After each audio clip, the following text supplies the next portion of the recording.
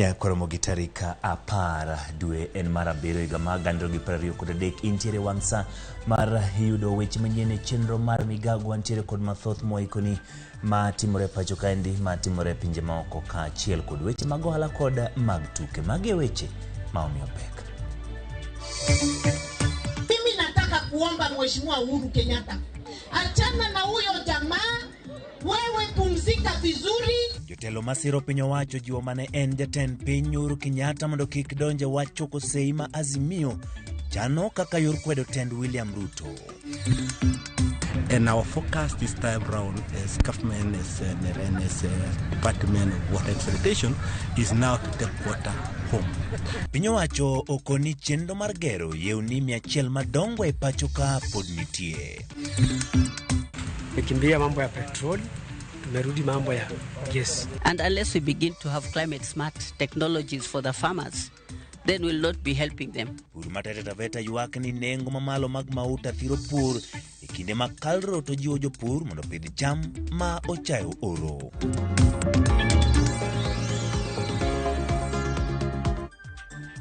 Ramogi kaka pile tudruok kod en mano ma pod biro dhi nyime. Namba en 33600 yuda achiel kachiel e Facebook page marwa mar Ramogi TV, achiel kachiel e Twitter @Ramogi TV, bende yuda achiel kachiel e YouTube kamoro amora ma intiere, bende e Ramogi TV watwak kendo iwinjo mago mokelo ni chenro mar Migago. Bed kode chakruok nyaka giko. Nyinga Ochieng Emmanuel.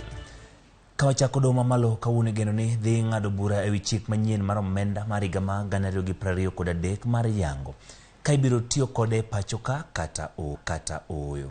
Mabiro bang' do chungo chikno ni kik tiye pacho ka nyaka wij bura manochwali e do gi seneta mabusia Okia Omtata kod jod bura mar Rieda Otiende Amolo. Piny owacho kata kamano ok oyie gi wach mar chungo chikno tiyo ka moko kuom josiasa mag Kenya Kwanza osebedo ka seyo do kuom thiro chikno ma giwacho ni geto bero ngima jo Kenya kendo bero uchumi ma pacho ka. Okil Ngidhu Migai ma bende omako chung' motegno ni ponono ni piny Kenya biro rem keto chikno e tim, to piny Kenya biro yudore kamarach kendo kada chenro mag dongruok biro bedo kod ng'ikruok.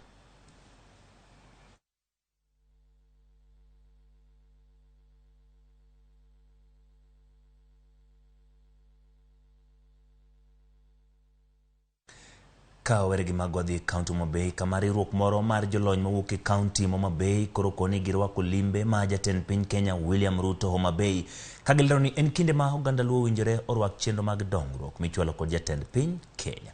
Ka giloso mateo ne limbe Ruto jumani e kaunti Homa Bay giwacho ni josiasa oketenge pogruok mani kindgi mondo gichiw thuolo ne dongruok. Gilero ni gwelo mar jagoro mongirore migawo mar arita kwe Laktar Raymond Omolo kod jatend piny Kenya William Ruto en ranyisi ni piny luo biro goyo okang' e weche mag dongruok kaluwore ni Kenya Kwanza onge akwede mag dhoudi.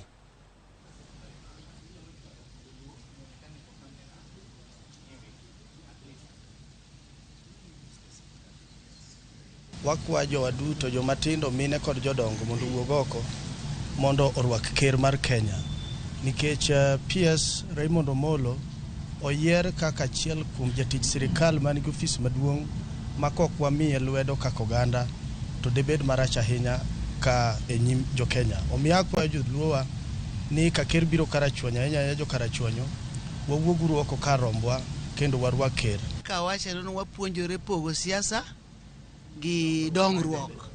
Koro en mana wuoyo gi jowa mondo ng'e gima wambe wawacho ni sama wadwaro dongruok, mwadwaro ofis na nyithindowa, mwadwaro tije, nitie gima onego watim. To nyaka wapoge gi siasa. His Excellency osebiro e Homa Bay County mosetimonwa osemiyowa projects moko madhi mbele kaka affordable housing ya jothurwa. Waduoko ne erokamano makende ni magi endi omed biro mondo med miyowa developments mamoko manyalo konyowa. Nyasaye mwalamo ne His Excellency mondo oti makare e higni 5 ma piny osemiye ni endi, to kaber ochako medie ochopi 10. Ka ok kamano waduoko ni erokamano. Kawuok Homa Bay jogo ma nyocho maki nikech ng'anyo odiochieng' ma Sabasaba koro we thuolo. Ji mokti ne 70 ma nyocho maki ng'anyo no ma nyocho otelie kod riwruog siasa mar Azimio la Umoja One Kenya Alliance oyangore ni apis jomin buche onyiso doho ni omigi chik ni kik gimak bura ne achijego. Ng'uro osebedo ewi gimomiyo imako jogo ma ng'anyo e pacho ka. Maneno gai mar do Willy Mutunga giko dira ni nyocho odhi nyaka e sendo bila ma Central e Nairobi ka kadwaro ni wethuolo ji duto manyocho make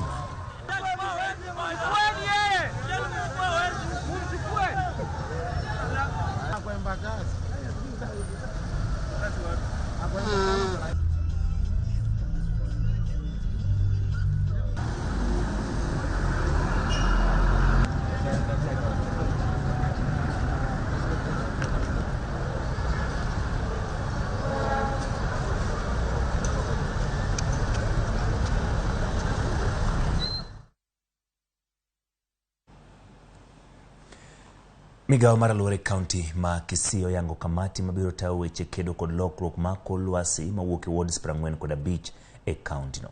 Ma en achiel kuom yore mar puonjo jopiny kotenore kod ber mag rito alwora. Yango kamati no ne tim tiegruok ma PU mano ma ATC e county ma Kisii magero ni biro siro chenro kod piny owacho e county no kagibiro rito aoche kod yawo e county no kaachiel kod bunge kagimedo kwan yiende.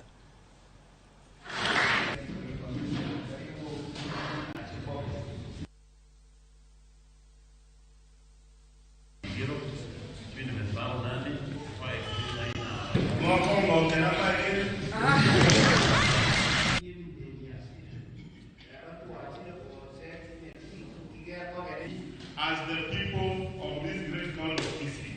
This climate ward committee members were selected through a very rigorous process and within the Climate Change Act. So the purpose of today's meeting was basically to inaugurate them and officially give them the appointment letters and declare them as duly appointed as members of the climate change ward committees. Tunajua ulimwengu mzima inaongea mambo ya climate change and Kisii County does not want to be left behind. That we are going to have these committees in place because they are our eyes on the ground. So they are going to mobilize the community members to identify the risks they are facing and also solutions that are geared towards specific wards. We are going to interrogate the proposals. If they meet the threshold that we will be putting in place, for example, if the proposals address a larger community members to reduce their impacts of climate change and also enhance their resilience to climate change, then we are able to support them in terms of funding. We provide funding for them to implement this project at the ward level. Jatend piny Kenya machon Uhuru Kenyatta kwa mondo bed tenge kod chenro mar azimio madwaro choko sei milion 10 mathicho ke kom jatend piny Kenya William Ruto. Jotelo gi mag riwruog siasa ma Kenya Kwanza kotene kod gavana ma Embu Cecily Mbarire kod jatend migawo mar ohala Moses Kuria wacho ni Kenyatta onego bed e chenro mar yungo piny owacho ka gidwaro mondo olutie jotend piny Kenya machon kamotingo manosendo Daniel Moi kod Mwai Kibaki ka osiro telo masani kar keto lwasi makare ne weche mag dongruok ne oganda jokenya. Negilosi alap mag atumbe kinde nyasi mar gero kamano ne jangolo Ngairu ya Juniro mano bedo sire kinde campaign mag UDA e masawa mar piny Kenya kinde yiero mokalo. Mimi nasema nikiwa Gatondo hivi kwamba sisi kama vijana tumekataa kutumiwa. Sisi tunaambia Raila Odinga waacha kutumia vijana wakuja kwa maandamano. Raila Odinga, wewe ulishindwa kwa uchaguzi, enda retirement. Hii serikali iendeshwe na William Ruto na Rigathi Gachagua ndio tuletewe maendeleo hapa nchi yetu. Mimi nataka kuomba Mheshimiwa Uhuru Kenyatta, achana na huyo jamaa, wewe pumzika vizuri, we respect you, we want you to stay aside and let Kenya move on. The same way Kibaki allowed you to run Kenya bila vita yoyote. Na mara ya mwisho walijaribu kuchukua signatures ndio watoe president wetu. Washindwe ama wasishindwe? Washindwe wasishindwe.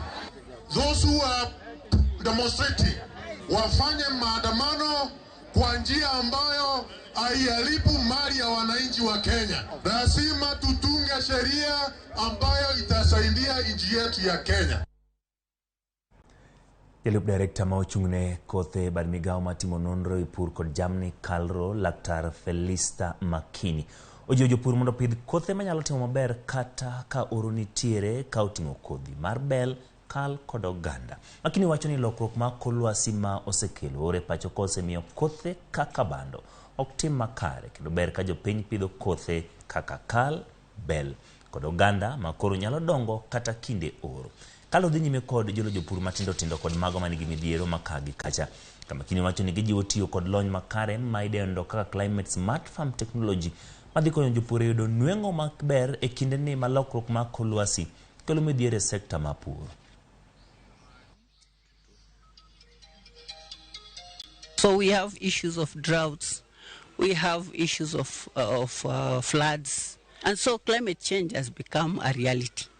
And unless we begin to have climate smart technologies for the farmers, these particular crops, sorghum, millets, and the beans, like I've said, they are resilient, they are climate smart. At least you'll harvest something other than if you planted maize. We are trying to say for some regions, let us not plant maize, because maize requires more rainfall. These crops are mostly traditional crops. And because of climate change, these crops are more resilient. And so we are using them, and the farmers were given those seeds and they already planted.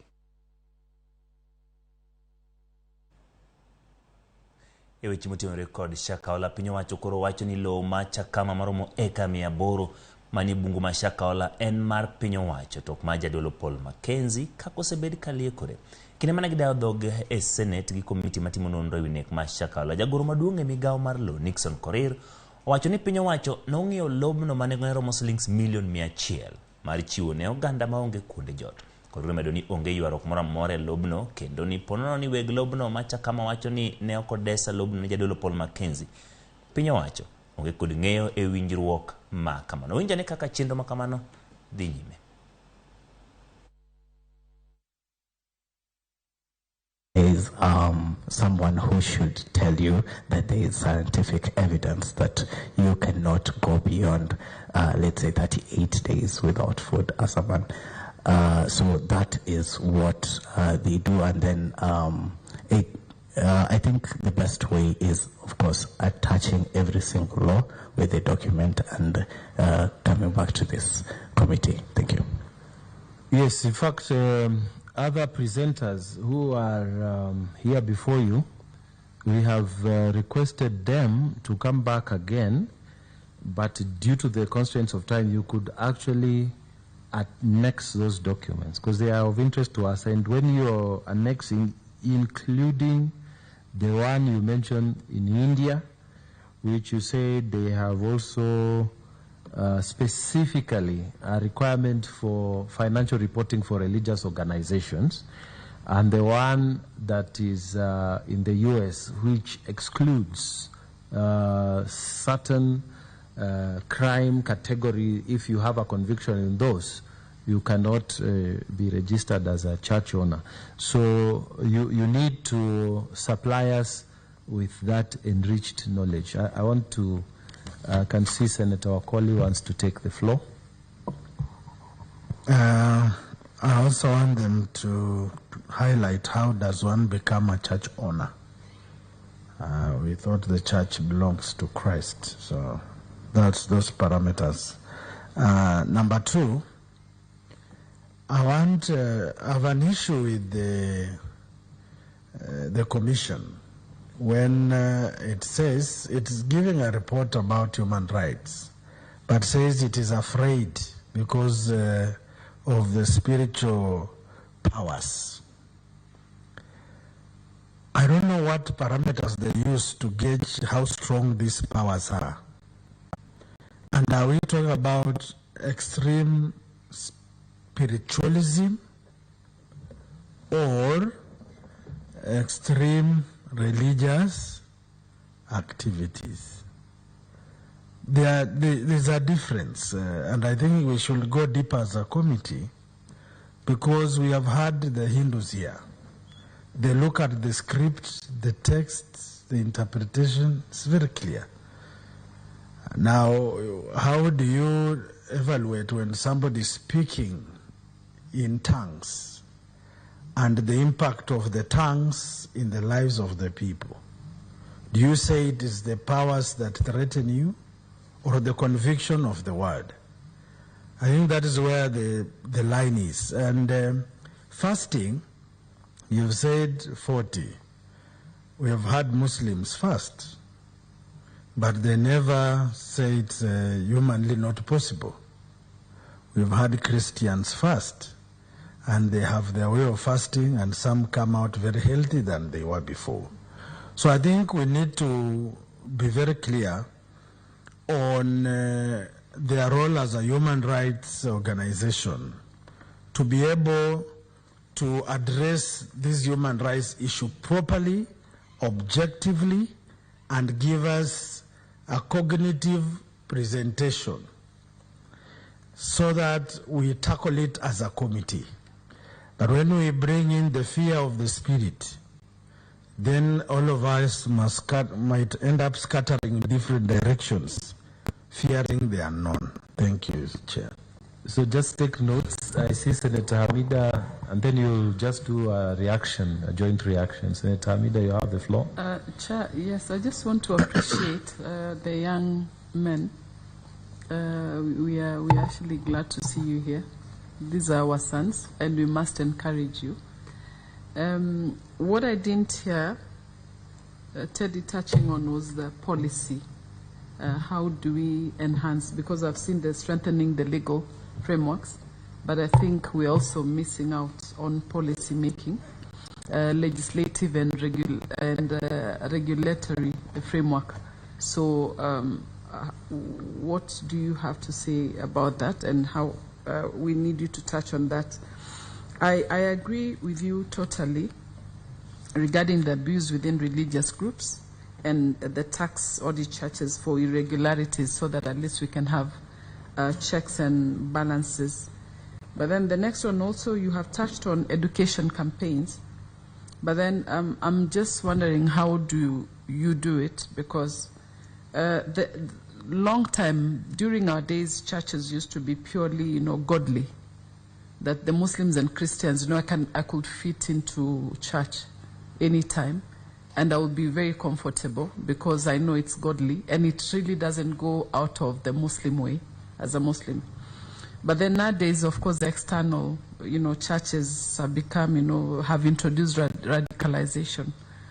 So I'm just wondering how does that public launching the public education goes, because it's the same churches again, also who would be involved in public campaigns on nationwide campaigns on raising awareness.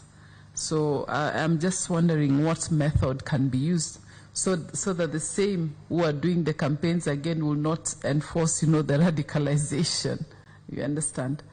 So I'm just wondering, that one, of course, needs to be explored.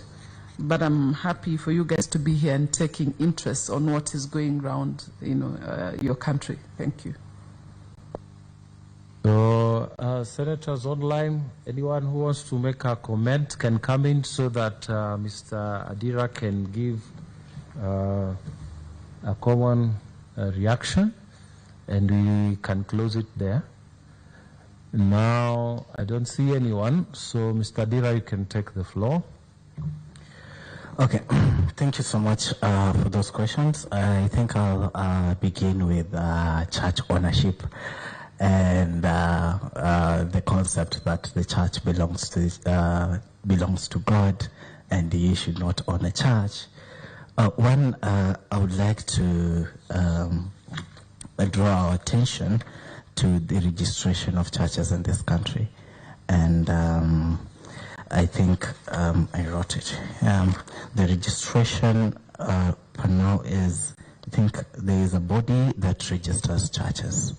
Yeah, so we would want to know who registers these churches. To what moral standing are you? Have you been convicted before?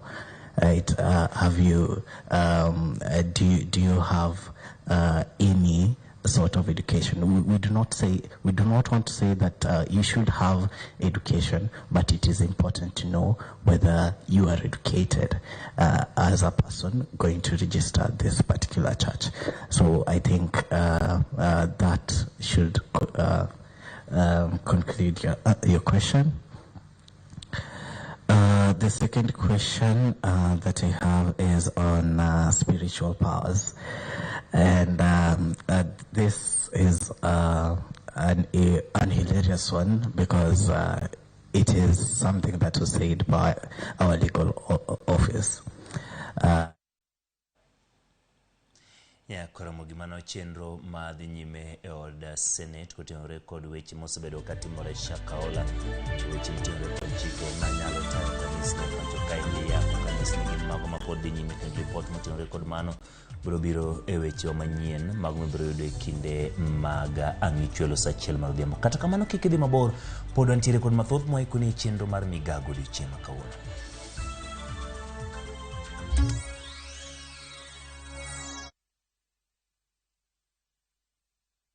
Nyiew tokens mag stima nono maonge pesa ma ing'adi mana gi Airtel Money. Star 334 hash bang'e yier kama ondikni lipa na Airtel Paybill. Kasto iyier kama ondikni KPLC.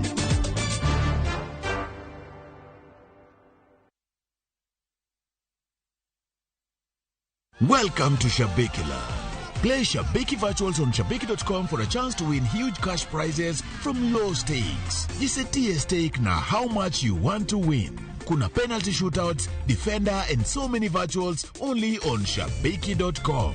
Shabikila, the easiest virtuals in gaming. Not for persons under the age of 18. Betting can be addictive. Play responsibly. Shabiki.com is authorized and regulated by the BCLB license number 416. Shabiki.com.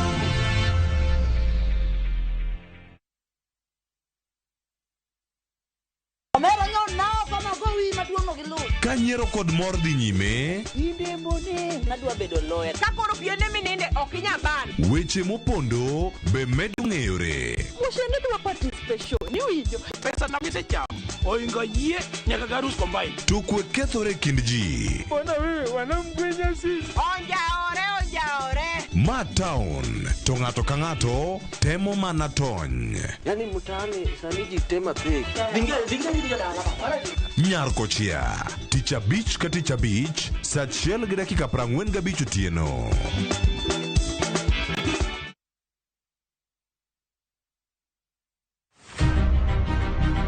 Jok mamine gin singo mar oganda. Nyakwara Ramogi Ajwang' piny sani olony. Wawuok e ndalo machon ma ng'ama miyo ne en mana ng'at mabedo e pacho.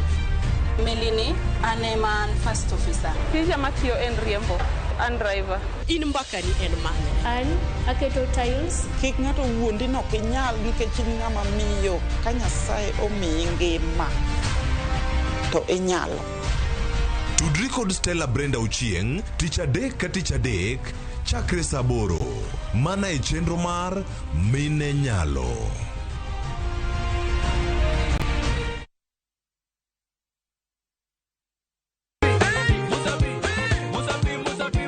Semana chake na Ramogi Ajwang' moto kama pasi yelo ngoni moto ebele. Dhano mor kabisa fan page mar Ramogi TV dhano ng'eny kae kabisa. Kidonjo thum ma serious ikete ngoma oake.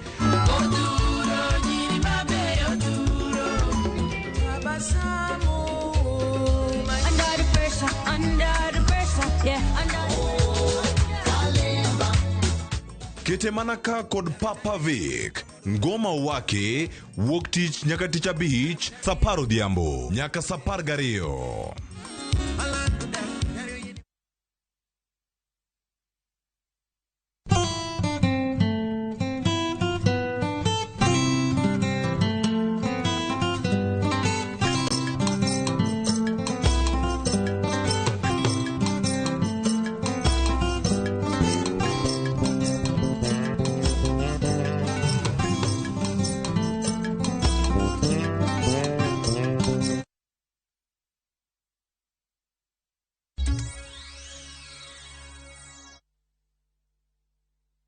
Johala mauso lewni ma oserwaki kata mitumba koro jiwo piny owacho mondo kik med keto chike mamedo osuru ne mwandugo kaka yo mar kelo yot ne mwandu oganda e ng'iewo lewnigo.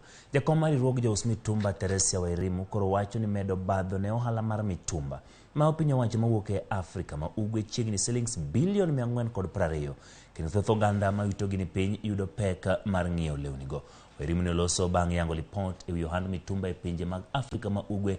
Kalipod wacho ni uso mitumba ondiko jotije ma kwan romo milion 3 e pinje mag Kenya, Uganda, Tanzania kod Rwanda. Pinje duto ni kod chenro mar dongo kembe maloso lewni kaka yo mar duoko piny nyiepo mag lewni ma oserwaki e pinje maoko kaka mitumba.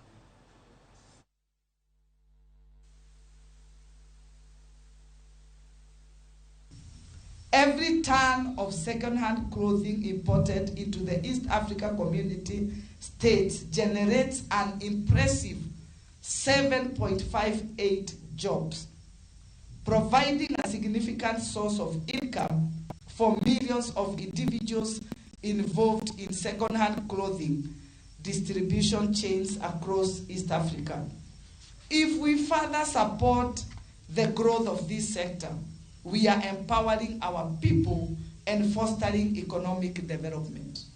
Secondly, the second-hand clothing market makes substantial contributions to GDP growth and government revenues. In 2021 alone, the industry delivered government revenues estimated at 419 million across East Africa. These revenues are without a doubt used to fuel public sector's development, improve infrastructure, and provide essential services to our citizens. East African country member states should work together, they should cooperate to further deliver the benefits that this sector is providing. These countries can work through infrastructure, through sorting centres to deliver even more benefits and employment opportunities for the people who live in these countries. There is no robust evidence that banning second-hand clothing would revive the domestic textile sector. That is a clear finding from our report. And if we impose restrictions on second-hand clothing in the future, this will put potentially millions of jobs in the East African community and in Kenya at risk. Derepe mag loche mating'o sike kendo mido ni long distance truck drivers sokoni giduto gibiro jwang'o tijegi chieng' tich adek kendo rocho chenro duto mag wuoth e pacho kama ngima. Kane giloso e gwenge mag Bonje Mombasa, derepe okoni ng'anyono en kaluwore gi ng'ur margi ne duol mochung' ne chenro mag wuoth kod arita apa NTSA. Magikoni sani ochuogo moko kuom chike ma ok nyal tiyo kata matin maduoko chien masiche mag apaya. Kamoko ng'ur ma gin godo en wach duoko gi timo penj mabiro yango ni ging'eyo chike duto mag apaya.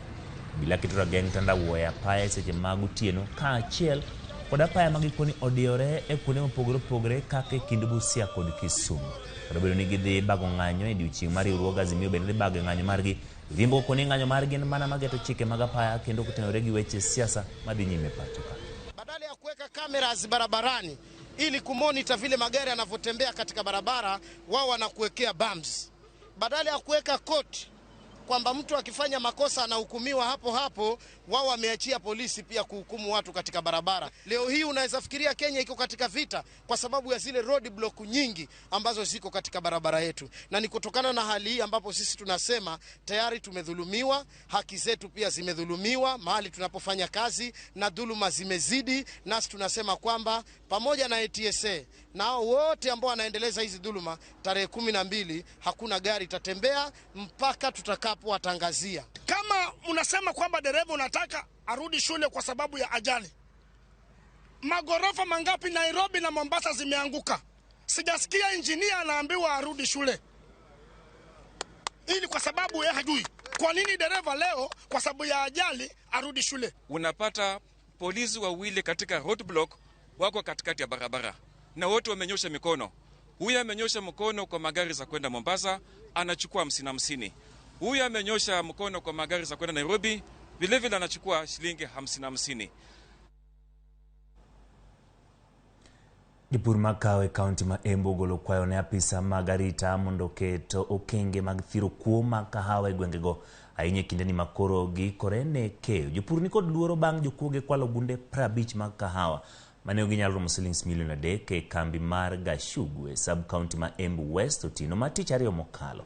Koyango okenge mag arita ne jopur, County Commissioner ma Embu Jack Obuor lero ni kembe 57 duto mag kahawa idhi mi arita makare kendo ni gidhi chiwo arita ne kahawa ma igolo e chiro nyaka kuonde keno kaka yorno ni jopur ok oyudo lal kokalo lwet achudhe mag johand chumbu.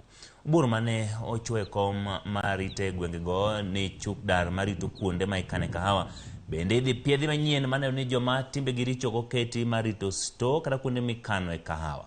Ojiwo jopiny mondo chwal lipot ne apisas mag obila po nigi chich gi ng'ato ang'ata e wi kuo mar kahawa.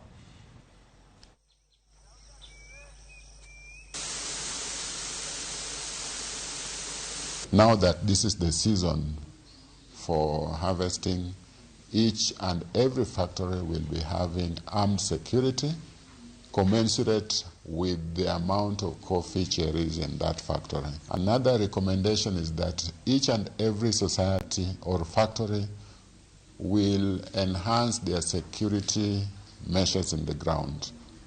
We will impress upon them to put CCTV cameras. We'll impress upon them to put those tracing devices so that we could know the movement of people into and out of these factories. Some of these things might also be collusion at the level or in the factories. Piny wacho kokalo Migago mar Aluora kod bunge ochako chenro machiwo arita ne kuonde thidhna mondo kony jopiny e kinde ni malokruok e chal mar kor lwasi en midhiero. Kulosi kinde limbe mare e thidhna mayudore e kaunti ma Marsabit, jatend Migago mar Aluora, lokruok e chal mar kor lwasi kod bunge Soipan Tuya okoni midhiero mag lokruok chal kor lwasi koting'o nok mar pi ne oganda kod jamni nyalo bedo mapek ka ok orit malong'o kuonde thidhia. Soipan okoni maromo kuonde thidhia 8,000 oseyangi e pacho kama ngima kendo kuongo gibiro chiwo thuolo mag tije ne jopiny kokalo e chenro mong'ere kaka The Green Army.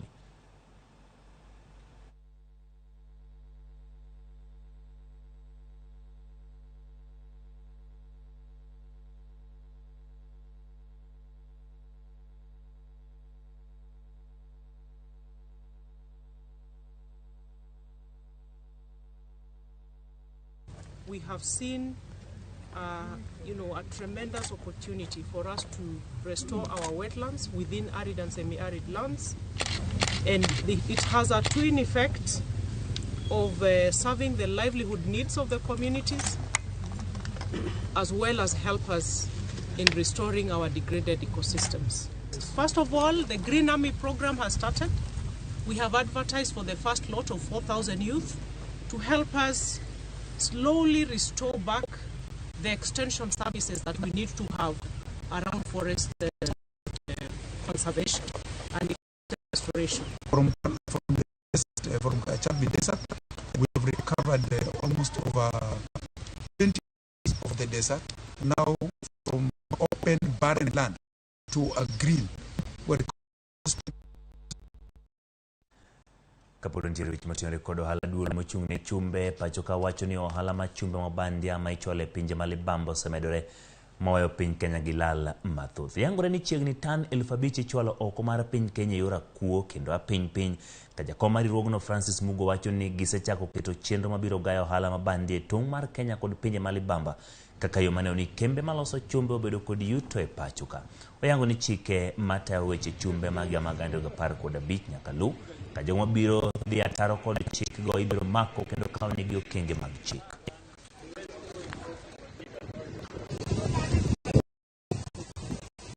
Na vita ambapo vyuma ambapo sisi kama bodi ambayo ina regulate vyuma nchini hatupeani leseni ya kuexport, lakini vyuma hivi vimekuwa vikipelekwa katika nchi jirani zetu. So tumekubaliana kuwa watakuwa wanaangalia zile leseni vizuri, wanazungumza na sisi na tunaweza kufanya kazi pamoja, na ni vipi tutahakikisha biashara hii ya vyuma nchini Kenya itaweza kunawiri na itaweza kufanywa kwa njia ambayo inastahili.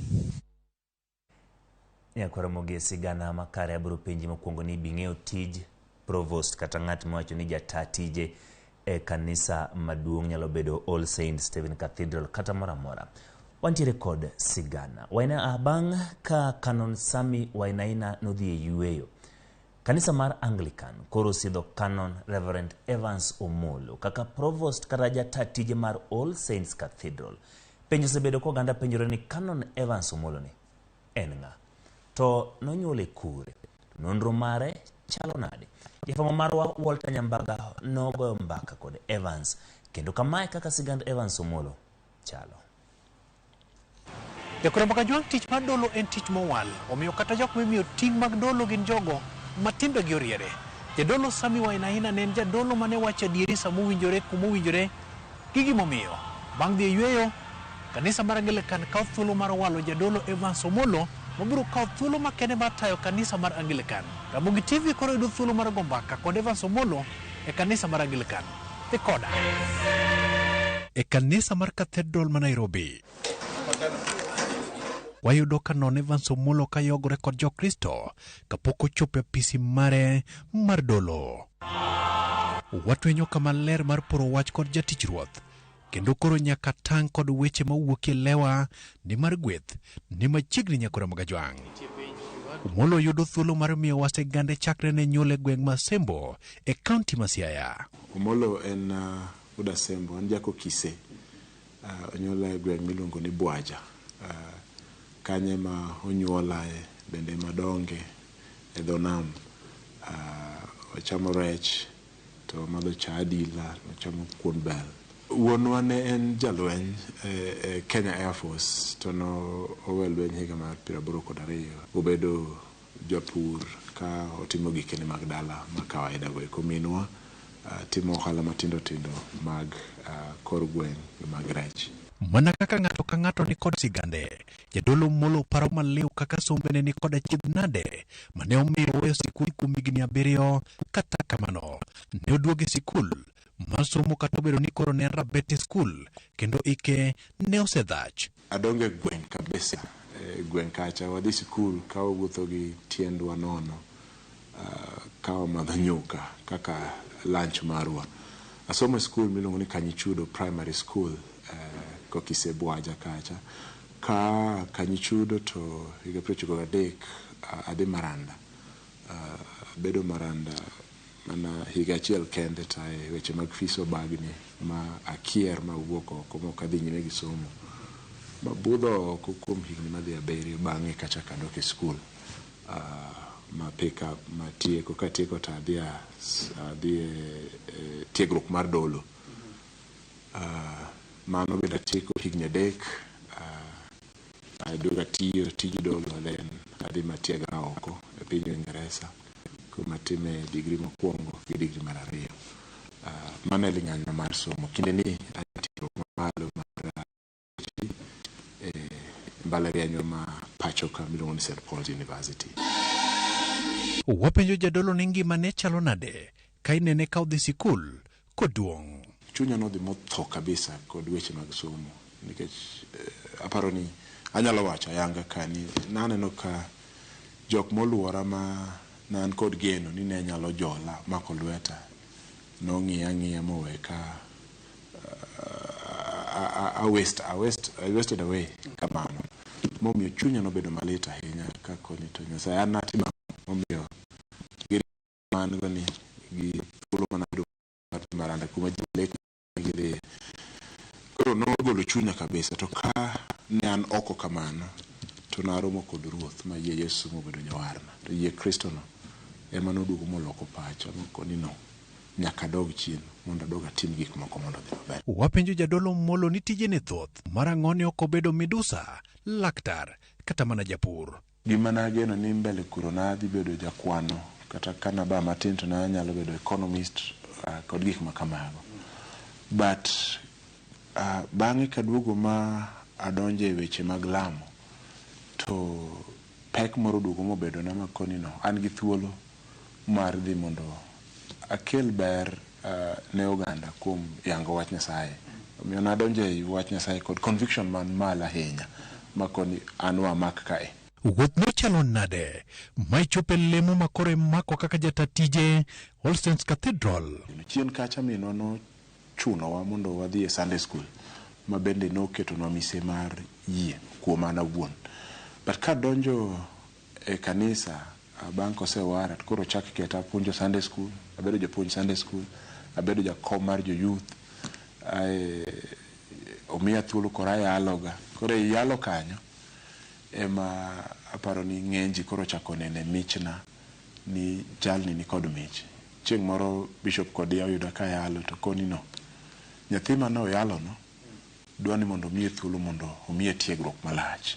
Koro rombo gi Bishop Kodia no nomedo yawona thuolo nikech odhi modwaro na scholarship, ma yudo scholarship ma dhi ga tiegruok maduong'. Koro bang' tiegruok no kore kachako yudo komiya thuolo malach mamalo kamano. To bende tijni mar dolo sipogi kod osiepene mane opon godo to kata mana anyuolane. Adongo go osiepena e gweng' Bwaja kacha. Kata sani kadhi dala achikora e apiko, tema gola wang' arot to tera nyaka Bwaja, to wabet kodgi kata e dukni makado kanyo ka wamadho soda, wago mbaka. Alimo osiepena kata modak e Islam kata kawuono to wadhi to wago mbaka. Atero Weche na itwang'o na kuro. Wuod Kanon osiepna Giri Jay, watwako kendo waromo walimre wamadho chai. Omiyo ok apar ka thuolo bro betie kendo onego bedie ni pogruok ni kinda gi jok modongo go. Adwani mondo asik ka bedo ng'at ma otudore kod ji, ma connect kod ji. Jaoda ma Nyagem, Nyaujimbe, Mokeo Taita, mosebedo siro na maduong' ni kod mor mogundho. Wapenjo jadolo Evans ni jal mokawo kare Sami Wainaina ne ok mbalo wang'e ka sirikal okalo tong' bende oikore mar wuok tung' mosuo kod piny owacho karocho ratich oganda ahinya to kaka kanisa. Jatenda makoro Sami Wainaina ne nigi michne mopogore. Abiro kod michna mopogore. To e weche mag kikruok kod sirikal ka obayo en gima en achiel kuom luong mar kanisa, kendo en achiel kuom luong mar gima ndiko mar Nyasaye wacho ni nyaka watim. An kaka jadolo Molo adwa wacho ni ok wabi ling' ka gik moko dhi mombachni. Wabiro fulo kendo wabiro wuoyo, wabiro kwedo gik moko kare, wabiro siro gik makare, wabiro golo duondwa mondo owinji kuom gik monego bed ni kanisa timo. Nikech ka ok watimo mano to ngeche ni wadhi ma wayiengore kor jok ma hinyo jopiny kendo jok matimo gik moko kare. Mano e gima Yesu Kristo bende otimo. Denien ka jadolo momi thuolo kaka koro Nyasaye miyowani en tiyo tich Nyasaye kod ler. Ing'e ni nitiere gik mang'eny mag ichuto dhogi bor mondo iling', mano rut mano ka nyal dwaro ni mondo akaw. Kinde mathoth samoro be jikoni pod itin, in gi familia, we kuoyo matek ahinya. Thuolo ma Nyasaye omiyowa en thuolo monego wabed duond jopiny. King'iyo Kulu, king'iyo Njoya, king'iyo Gitari, king'iyo kata mana jatenda manyo Sami, gin jok mane ni kod chir mar wuoyo kuom gik moko kare. Moko kuom kanise iseyo kuom chiwo puonj magalagala, omiyo dwaro nitiere mar menyogi kendo chuoko chike moko manyalo tayogi. Ma inie kod paro male. To oganda mabaro kod ji kendo miyo ji puonj magalagala mamiyo gwenge wakethre kendo jomoko thoe, onego omany Nyasaye e yo manyien kendo e yo makende mondo giwuo gi puonj magalagala. Nikech en wich kuot ni telo mar kanisa chomo kod ji nyakwere kendo lal kodgi. Anda kwagi ni mondo gimany Nyasaye nyadiriyo kendo. Maduong' ahinya kuom anda kwayo ni mondo sirikal omed jiwo go kogno kanise kendo fuono ni tang'o matimre ei mosque, ei kanisa, ei temples gieki, mondo gik manotimre Shakahola kik chak bedie kendo. Kanisa ni kod thuolo malach mar kelo kwe e gweng'. Kwe ni luwore kod tumruok madhi e udi, kochni matimre e gwenge, interventions mag counseling and reconciliation. Kanisa nigi thuolo mar bedo gaye mariwo ji kanyachiel. To kata gik mamoko, jiwo weche mag somo, jiwo weche mag thieth. To ei mago duto ma wiwa onego wilgo ni kanisa bende nigi thuolo mar keto tesre sirikal kod oganda ma oket mondo e lwetgi mondo ritie lo jopiny. Kanisa mar Anglican wenge ng'iyo kendo nitiere geno kuomgi ahinya to mar kawo chung' motegno. Siri nyalo bedo ni kanye. Engaging sirikal ok en mana chung' kwero kod dhaw kod lweny. Nitiere yore mang'eny ma bende nyaka wayud motiyogo gi sirikal. En bedo e mesa sama gik moko iloso. Omiyo wabro explore levels of engagement ma ok gin mana confrontation, but moriwo nyaka bedo e mesa ka achiel. Sama iloso chike, to koni nyaka ng'ato soka cha mondo dhiyo obed jambetre marwa. Sama gimoro ni kare, to wuoyo kata kod kir, kata ken governor, kata ken jatelo mane, to koni bwana gino nego bene timo kama. Omiyo wuok ang'enga media wuoyo is actually not the first. It's actually the last ka other levels of engagement okokao. Mana kaka jadwen wacho ni chongi gi loka weche tek. Jadolo Evans Omolo ne kod chir mar tayo kanisa mar Anglican kod chia bedruok. Ka an bende awuok ka gwedhora. Walter Nyambaga, Ramogi TV. Erokamano Walter Nyambaga kuom luonwa kanyo report motenore kod canon mabende koro biro bedo provost mano mar All Saints Cathedral. Jogo magin jo kanisa mar Anglican koro ng'eyo nonde makare to kod jo Kenya mamoko to kod tich ma obiro bedo godo mano kanyo Canon Reverend Evans Omolo. Kadhi nyime kambi mar Kenya Power koro wacho ni ote machuok moganda yudo bang'eyo teko stima ne ong'ad matin kaka yo mar kungo ne kambi no omenda. Mana kaka Odino Koth leronwa jopiny osebedo kod penje wi okang' ma kamano ma weyogi mudho ewi kaka omenda ma ging'eyo teko stima otigo. Chon kane wachulo kata 100 kinyiewo token, gigo iloso ni list maber mang'isi ni modhi e loso ndara, modhi e chulo jotich, motim kama 30 modong' ni momi mar token. Sani ichula 100 tidhuri e token 3. Ang'o matimre e kambi mar jo Kenya Power ka? Waenyore ahinya nikech chon kane ichulo 100 token timi units 3. Mabe anjo ne gikwala by then. Sani to koro medore be units ogimi ikiani ichulo 100 to 100 otio even for only a day. Kiny kendo koro ikwayi kendo pesa. Bang' ywak mag jopiny ni Kenya Power weyo gie mudho kaluwore kod omenda ma ijuogogi e nyiewo teko sitima. Kambi mar Kenya Power koro temo golo ler ewi wachno. Jakom mar Kenya Power Brenda Masinde wacho ni ne en mana yo mar kungo. It was simply a matter of shillings and cents because the cost of sending the SMS for token was being borne entirely by the Kenya Power and Lighting Company. And so you would find that for most SMSs to smartphones, it would be 2 SMSs. For those who had a kabambe, it would go up to 3 SMSs. The cost of each SMS, by the time we were done at the end of the year, we realized we were spending almost 250 million shillings paying for the text alone.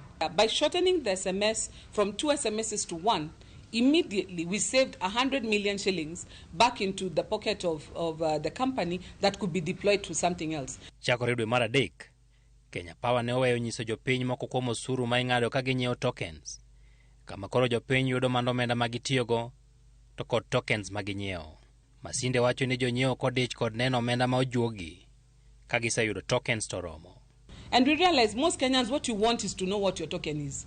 The rest of the breakdown, if you had somewhere where you could go and look it up, you could go and investigate. But for most Kenyans, when you send your token, what you want is to know what is the token that I'm putting in. And so as a board, we made a decision because we're operating in a situation where we even had negative working capital. We're looking for where can we save money quickly. Paro makamano jonyiewo pogorego gidwaro ler. Wadwan kuwa chulo 100 ting'isin michi ni kata minot kiwene siling 100 kata 200 ong'isin mana anyiewo go omena blue band achiel mana anyiewo go mogo mana atere sikul. Ineno kaka pesa ni otiyo to jo Kenya Power sani oketo waketa wan jo Kenya ni gidwani gitiyo kaka gitiyo nwa ok gitine gin nikech pesa wa emwa tiyogo koro ka gitiyo gi pesa wa nyaka ng'iswa kaka otiyo. Moko kuom gik ma Kenya Power koro pando ne jopiny receipt gin kaka osuru mar VAT ma ijuogo siling 2 unit ka unit kod omenda ma ichulo ewi teko stima ma onyak kod diesel kata fuel energy charge to kod chudo mamoko. Oganda bende ni kod ywak ewi nengo mar teko stima. Sani ko en token minyiewo units momine momi tumo boru mopiyo mok chal gi minyiewo. Dawa ncho yuago bil ko biro 10,000 gi wiye. Dawa onge free, dawa liel mana gi taya kende, gi chajo simu kende. Akwa government molongi ma wach stima no. Ondo gi duoknwa rates mag stima piny. Kuom siling 1,000 ma oganda nyiewogo teko stima sani, siling 382 kata 38 itere chudo mamoko. Janyiewo yudo mana tokens 37 kende. Bang' medruok nengo teko stima mane otim dwe mar Ang'wen higani. Nengo mar teko stima bende koro biro idho nikech omenda ma ijuogo ewi teko stima ma onyak kod diesel. Medruok ma jopiny ok bi neno ayanga nikech lokruok mane Kenya Power timo e risidgi mag tokens. Edwin Okoth, Ramogi TV, Nairobi. Nyakoromogi sigana moro ma bromori. Jago moro mawuok e dhot mar Masai, mong'ere kaka Jeff Ole Kishau, majegni 32, pod oramo ni pod en kod dwaro mar kendo Malia Obama, ma en nyar jatend piny Amerika machon Barack Obama, higni 8 bang' nyiso dwaro mare kuom thuolo mokwongo. Ole Kishau wacho ni en kod dwaro mar dhi e piny Amerika e nyasi mar yango higni 25 nyaka ne nyuol Malia, ka koro okawo jalup jatend piny Kenya Rigathi Gachagua mondo omiye ndege odhigo e piny Amerika. Bang' fwenyo ni Malia ohero winjo wer, osingo ting'o chag jo-Masai kod jower mowacho ni biro wer ne Malia e nyasi, ka bende osingo ting'o mich mamoko. Osingo tiyo gi thuolono e uso piny Kenya kaka piny minyalo time limbe, ka koro odwaro mondo Malia omiye duoko kokalo e mbui mar Facebook. E higa mag 2015 dwe mar 6, Kishau mane en jahigni 24 nolando ni en kod dwaro mar chiwo dhok 500 mar nyuomo Malia. Kata kamano, Malia kod jonyuolne pok owacho wach moro amora. Na bado napenda mtoto sana, mapenzi sana iko. Hata sijui niambie, sijui kama ni DP yetu naambia atapasali hata ipe mimi ile private jet. Juu ng'ombe bado inaendelea kunona, inasaa tu sana. Ero na hii mtoto nilipenda sana. Tangu zamani nafuatilia baba yake alipokuwa rais mpaka anamaliza. Nilitaka sana hii mtoto ikuje pande ya Kenya. Sababu baba yake amesaliwa Kenya. Ikaenda Amerika akasema yes we can. Na hata mimi nasema yes I can. Nilikuwa nimeofa bwana Obama ng'ombe 500. Lakini hata hii ng'ombe sasa iko na njao. So maziwa siku hizi tunakamua tu tunakunywa. So hata nilikuwa nataka hata kama saa zingine naweza safirisha ingine huko US wakunywa maziwa. Sasa tunatengeneza visa. Alafu na itaomba deputy wetu Gachagua ipe mimi hata ile private jet yake. Alafu mimi nasafiria kwenda US. Ber bedo kod geno kendo ber bedo kod wacho ni lek ma idwaro seluo lek ni chakre kano jegni 25. Sano jegni 37 mantie ni 32 mantie ni higni 7 pod dwaro mondo miyo kend nyar manen jatend piny Amerika machon Barack Obama. Jalup jatend piny Kenya yochiw private jet mare mondo terego mana wach ma asiro. Nyakwaro mga jwang kik idhi mabor kod wantiere kod mathoth e weche mag tuke.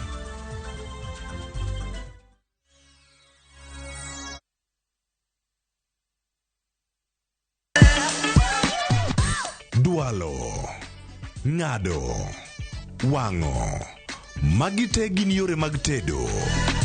To bilo kod chiemo e gima ber moloyo e wach tedo ni. Iwinjo gima winjo kosi winje kendi. Gi tedo itime nyaka obed makare, gi suya kod ndhadhu mamit. Tedo gi chiemo gi jailieta tich adek ka tich adek saa 2 okinyi mana e Ramogi TV.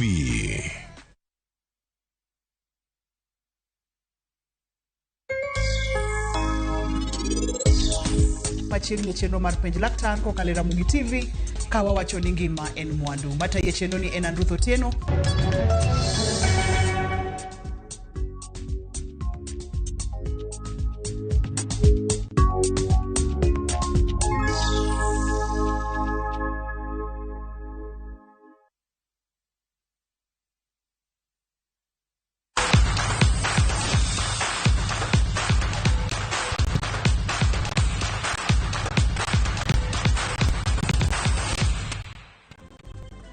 Wani pap nyakwara moga jwang ka dhi weche mag tuke mag agoko en ni telo mar 12 mag tuke mag agoko rugby Jotugo abich koni gi koni biro bagi odirani e kaunti ma Kwale e dho wath ma Diani. Moyo timbe 20 gin mago mosechulo dwaro mar yore tukego mibiro bagi kuom ndalo adek.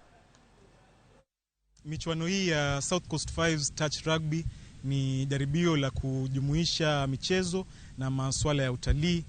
Mwanzo ningependa kwa kuanza kuwashukuru wafadhili wetu wote na kuwarai wakazi wa Kwale County na wakazi wote wa ukanda wa Pwani na Wakenya wote kwa ujumla kujumuika nasi wikendi inayokuja ya tarehe 14 Julai mpaka tarehe 16 kwenye hoteli ya Safari Beach Diani. South Coast 5 Touch Rugby is a sport initiative actually supported by the South Coast Pilots rugby team, and mostly it comprises of 28 teams, mostly which are local communities. We also have teams coming as far as Nairobi in Tanzania.